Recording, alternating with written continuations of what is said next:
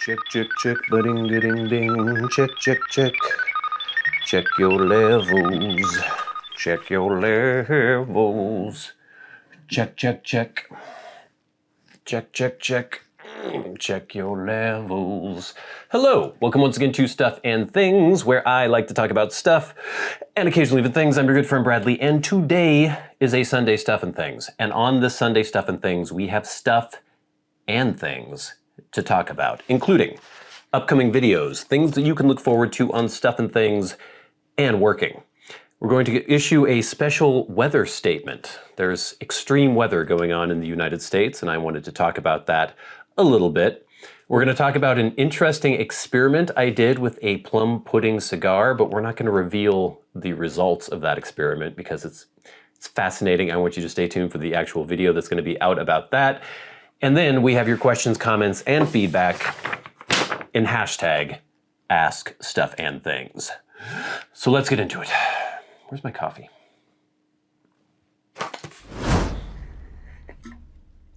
I'm still a little sick. It's lasted over a week. The worst thing about it was the cough I was having at night. Tried to fall asleep, start to drift off. Would wake myself up pretty much all night long, was not getting any sleep for several days. That has improved. It's still not totally gone. I'm still coughing a bit at night, but I am finally sleeping. I'm not supposed to complain about being sick. People have told me that in the comments before, and I'm not really much for complaining about anything, really. But that was annoying. Being sick doesn't make me feel sorry for myself. It just makes me angry. I get really annoyed that I'm sick. I get annoyed at my body. Like, what's wrong with you? Kill this disease. Get rid of it. Anyway, I think I'm getting over it. I think I'm much better than I was. So we will continue with upcoming videos, things that you can look forward to on Stuff and Things and working. We sort of shifted the order around a little bit. I think last week I said we were going to do the video on whether or not my gerbils were still alive, but instead I did the video on the Shinzo Tamuda Umeda Onyx HD sunglasses because they were cool. And we're getting into sunglass time of year, and I thought it would be appropriate to do that video right away. Go check that out if you haven't watched that, because I think those glasses are cool. We also have the Lochby Venture Pouch Pipe Kit video that's going to be coming up. So I reviewed the Lochby Venture Pouch along with the Lochby Quattro a little while back, but I wanted to do a video on how I have been using it as my on-the-go pipe kit, and it works very well for that. So that's coming up next. Then we'll have the video on whether or not my gerbils are still alive.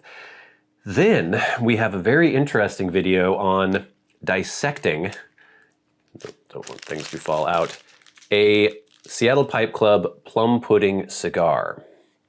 We do in a very scientific test and get some really interesting results. So we'll be talking about that a little bit in this episode as well. And then we have working episode 29 Q&A coming up, I think this week, this Friday. Since they're every other week, I always forget. But yeah, that should be coming up, and I'm just answering some very interesting questions that you, the viewers, have sent in on the working channel. A lot of other stuff coming. I'm expecting some more things in the mail to show you. We're gonna be busy here, gang, so stay tuned. Special weather statement. So, there is a heat dome over much of the West, penetrating further inland, causing temperatures to rise into the hundreds in many places, in California, even into Oregon, Colorado, going into Texas.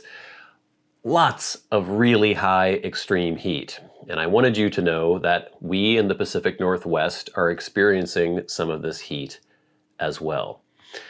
Let me show you the daily forecast, what we can expect here in the Pacific Northwest.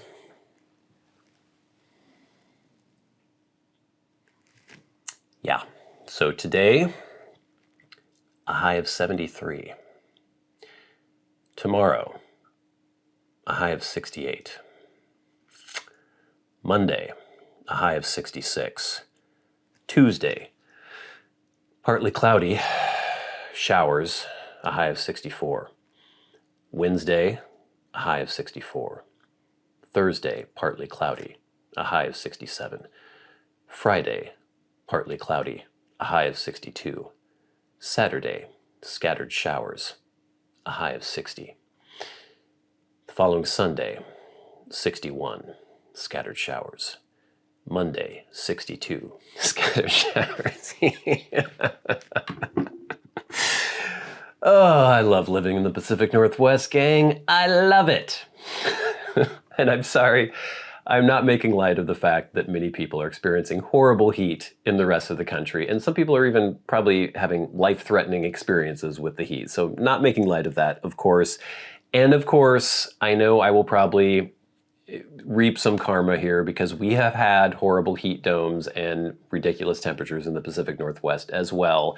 I remember a particular summer where it was well over 100 degrees here and no one has air conditioning. I actually do have air conditioning now, in my place, but most people don't. So I'm not trying to tempt fate, but I do have to admit, my little brother just moved back to Texas, back to Houston.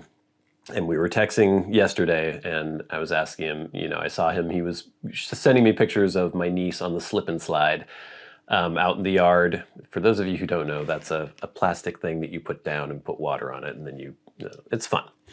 Anyway, and I was asking how hot it was there, and he said 96, and it was only going to be getting hotter.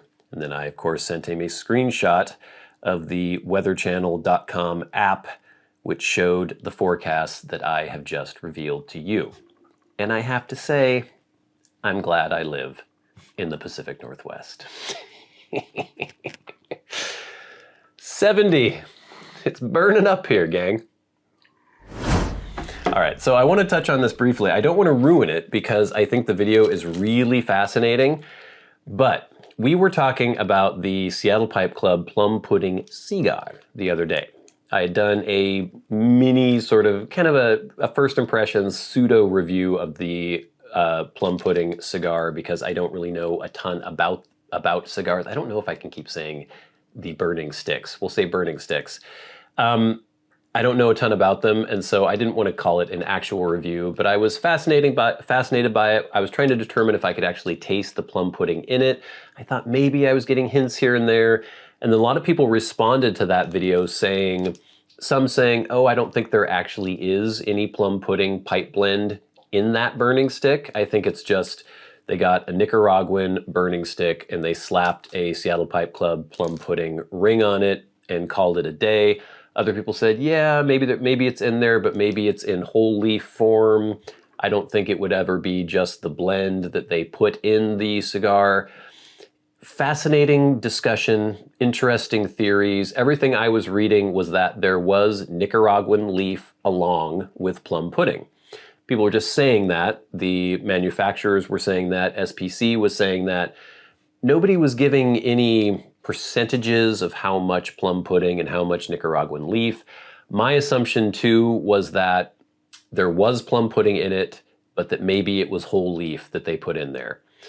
Well, because of all these questions, I did, in fact, you can see that this thing is much shorter than it was originally. I cut off about 1.5 inches.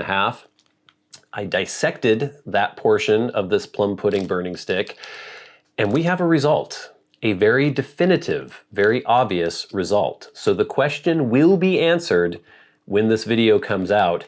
If you know the answer already, please don't ruin it in the comments. No spoilers. We want to do this on the video because it was really cool. I love it when you are trying to find the answer to a question and you find a very definitive answer. I wasn't, hoping for one answer or the other, either, oh, there is plum pudding or there isn't plum pudding or it's whole leaf or it's not. I didn't care. I just wanted to know. And we know. We definitely know now, or at least I know now, and you will know once the video is out. So don't spoil it. Wait for the video. It'll be coming out in a few weeks. But fascinating. Fascinating stuff. All right, gang, but now it is time for hashtag #AskStuffandThings. Remember, if you have a question for me and you would like it answered on the Sunday Stuff and Things, tweet at SATBradley with the hashtag #AskStuffandThings. I think this cold or whatever I have is still lending a little more gravelly gravitas to my voice. You can also write to me via Patreon. If you are a Patreon supporter, go right to the front of the line. You can hit that super thanks button under this video and go right to the front of the line, or you can leave your questions, comments, and feedback in the comment section of my YouTube videos. We have 2 missives from my Patreon. The first is from Kyle Waitkunas, who says, "Since your new place won't let you S inside, have you ever considered doing new blend reviews inside your vehicle? I'm sure most of your viewers wouldn't mind the less than ideal filming environment, if it meant getting more reviews flowing again. Regardless, wishing you all the best from Ohio with all those new changes in your life."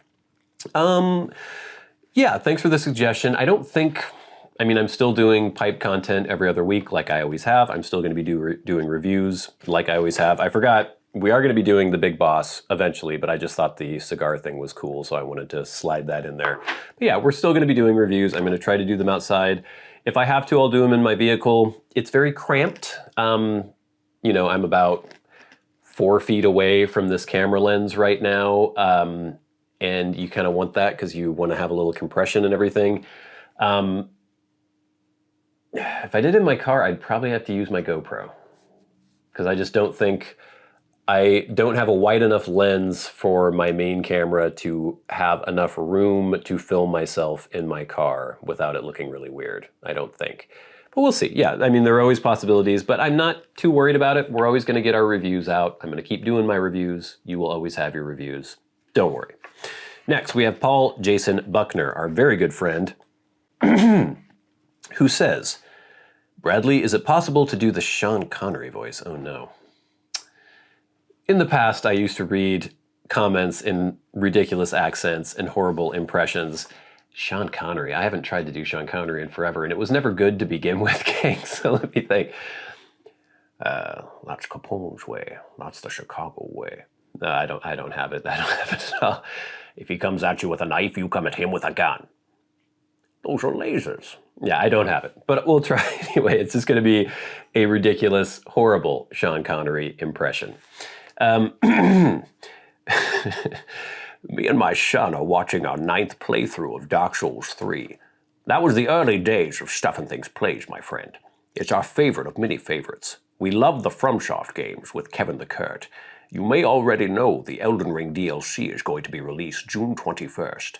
DLC are not a huge commitment. Would it be possible for Kevin the Kurt to saddle up for one more ride into the fray, for old time's sake? Sincerely, all your Sincerely, all your STUFFandTHINGS Plays fans. Jason, thank you so much for writing in. Thank you so much for all the support you've given throughout the years. It is because of Jason that I had a PS5 to play the Demon Souls remake on STUFFandTHINGS Plays. So amazing, amazing contributor to the STUFFandTHINGS Plays channel. I don't know.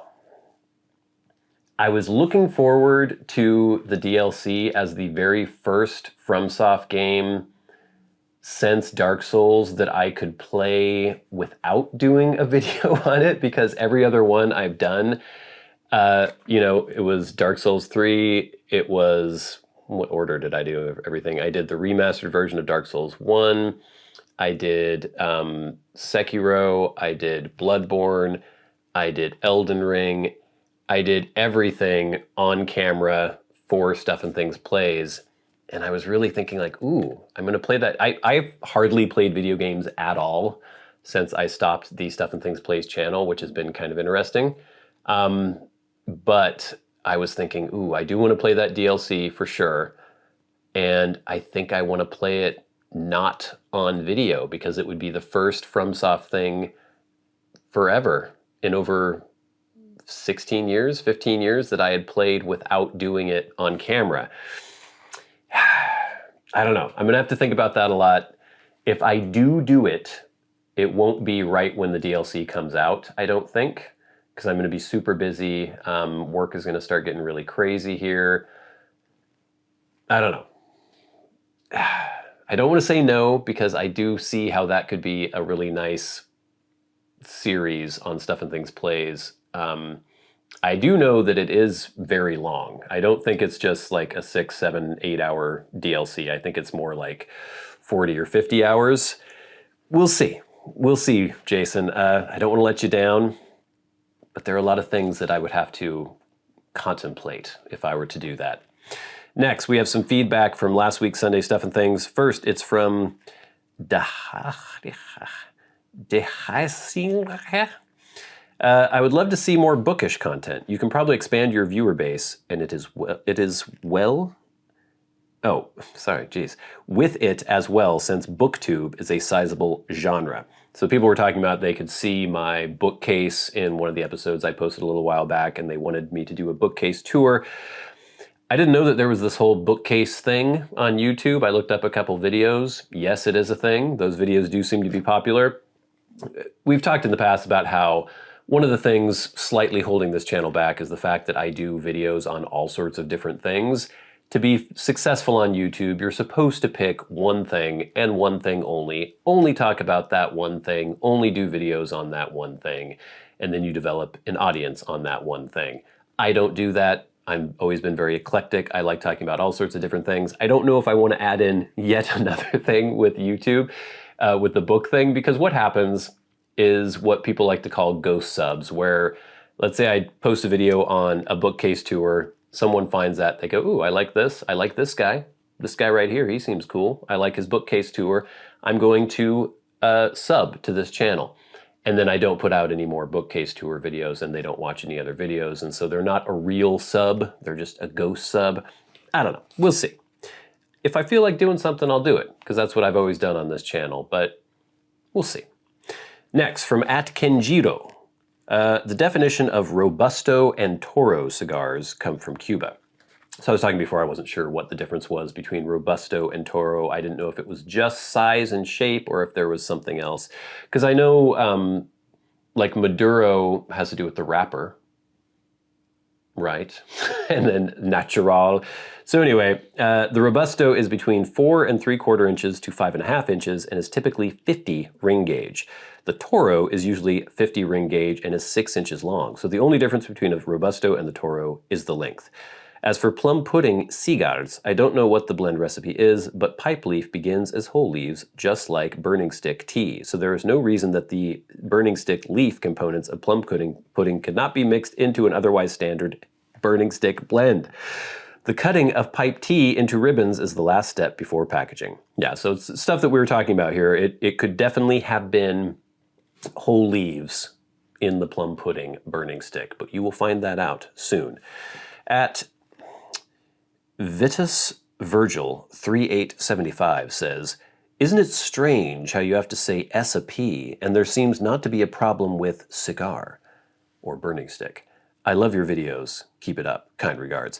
I don't know if there isn't a problem. I don't know if there is a problem. We've talked about S-ing a P in the past. I think it's fun. I enjoy saying it. It doesn't necessarily mean that if I say it one time, the video will get age restricted. It doesn't mean that if I don't say it at all, it won't get age restricted. We don't really know. We don't know what YouTube is doing. I like saying S-ing Ps. I think it does slightly help for the video not to get age restricted. The thing with burning sticks, I don't know. Nobody knows. Nobody knows. It's more for fun than for any actual effect, I think. Next, we have GC Politas. Couldn't agree with Solar Labyrinth more. I guess that was another commenter. I recognize the name Solar Labyrinth.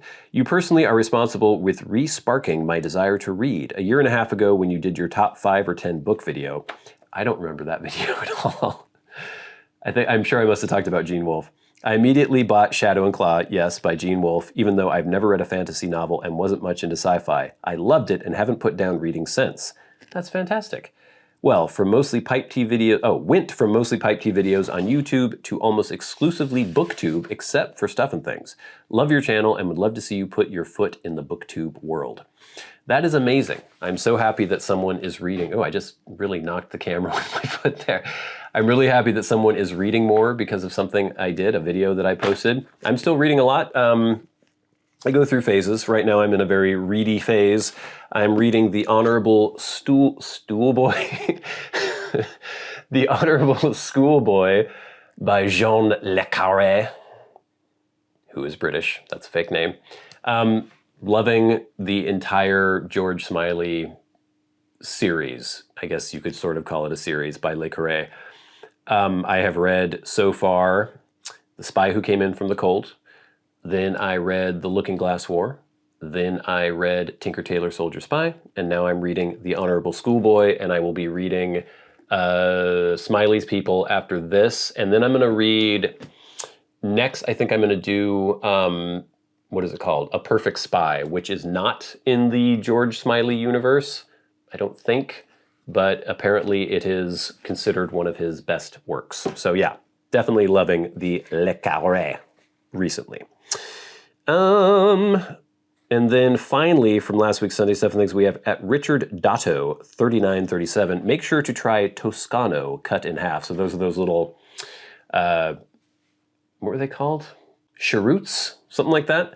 The middle is where the best flavor comes out. Enjoy them as a PSer. I should be getting my hands on those soon, so we'll definitely do a video on those as well. Next, we have feedback from the Shinzo Tamura sunglasses. This is from at Golimi. I don't know. Great glasses. What do you do if you need optical strength lenses? If you need vision glasses, sunglasses are always a problem. So there is that, I guess. Well, yeah. I mean, if you need prescription lenses and you don't wear contacts, you would need to have prescription lenses in your sunglasses, which would mean the whole point of those Shinzo Tamura lenses or glasses are the lenses. They're really interesting coatings and polarization, very natural reproduction of color and light.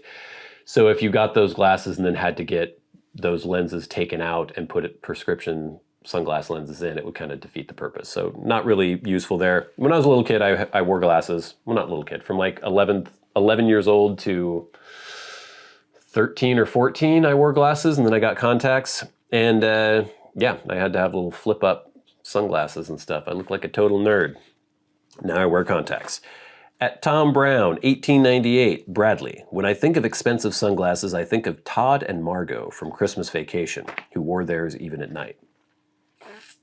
Oh yeah, that was Julia Louis-Dreyfus, the yuppie neighbors. I was always extremely nearsighted, so the shades I wore were usually clip-on. I know what that feels like, which by definition were pretty cheap. Once I bought a pair of Nicholsons with prescription lenses, really nice. I've never heard of Nicholsons, but someone stole them out of my car. The thief almost certainly threw them away immediately because they were unseeable, or they were usable only by me. 2 years ago, I had cataract surgery and now have 20/20 vision. Wow.